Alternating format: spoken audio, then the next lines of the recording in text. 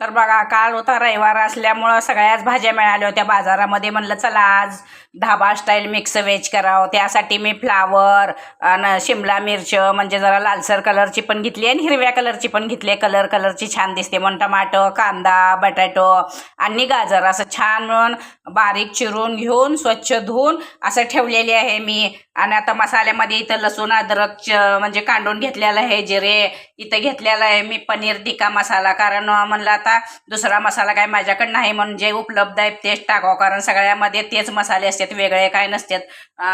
लाल तिखट, काळं तिखट, हळद आणि चवीनुसार मीठ. हे तेल असलं आपण छान असं तेल गरम करत ठेवलेलं आहे. तेल गरम झालं की त्यामध्ये मसाले घालूया आपण. सगळे मसाले आपले छान कढईमध्ये तडतडले. तेलामध्ये मसाला आपला मिक्स झाला की त्यामध्ये आपण हे सगळे भाज्या आपण जे धुवून ठेवले होते ना ते टाकून घ्यायचं आणि मसाल्यामध्ये छान परतून घ्यायच्या. आणि नंतर ना वापलाला ठेवायचं, म्हणजे कसं वापरलं ना भाज्या छान होतात. मग आपल्याला जेवढं पाहिजे तेवढं पाण्याचा शिमका द्यायचा. तुम्हाला चवीनुसार तुम्ही ह्यामध्ये मसाला टाकू शकता आवडेल ते.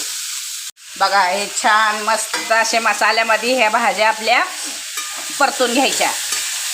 सगळ्या भाज्यांना मसाला छान लागला की मग मंद आचेवर असं झापून ठेवायचं आणि वर ताटावर पाणी ठेवायचं. तशा भाज्या खायला खूप छान लागतात वाफेवर शिजलेल्या. म्हणून हे असं झाकण ठेवायचं आणि ह्याच्यावर आपण पाणी ओतून घ्यायचं. म्हणजे जेवढं आपल्याला लागेल तेवढं आपण त्याच्यावर पाणी ओतून घेऊया.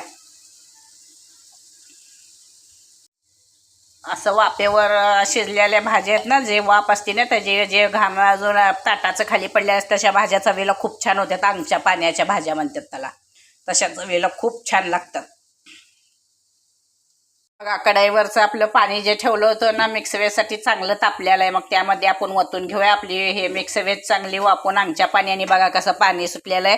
हे पाणी आपण त्यामध्ये मिक्स करून घेऊया. थोडंसंच पाणी घालूया आणि छान असं अजून आपण हे झाकून देऊन शिजवून घेऊया. जास्त करून तुम्हाला हव्या असल्या शेंगदाण्याचा तुम्ही कूट घालू शकता, नाही तर नाही घातलं तरी असंच वापरलेल्या भाज्या तुम्ही खाऊ शकता. तर बघा, ही भाजी आपण छान अशी शिजवून घेऊया. तर बघा, छान असा रसरशीत आपला मिक्स व्हेज तयार आहे. चपातीसोबत, भाकरीसोबत, भातासोबत, कशासोबत पण तुम्ही खाऊ शकता. अगदी छान मस्त असा घमघमाट सुटलेला आहे. ह्याला शेंगदाण्याचा कूटही लागत नाही. तुम्हाला हवा असल्यास तुम्ही ह्याच्यात काजूची पेस्ट किंवा मगजबी असं पेस्ट करून घालू शकता. तर बघा, अशी केलेली आहे मी मिक्स व्हेज.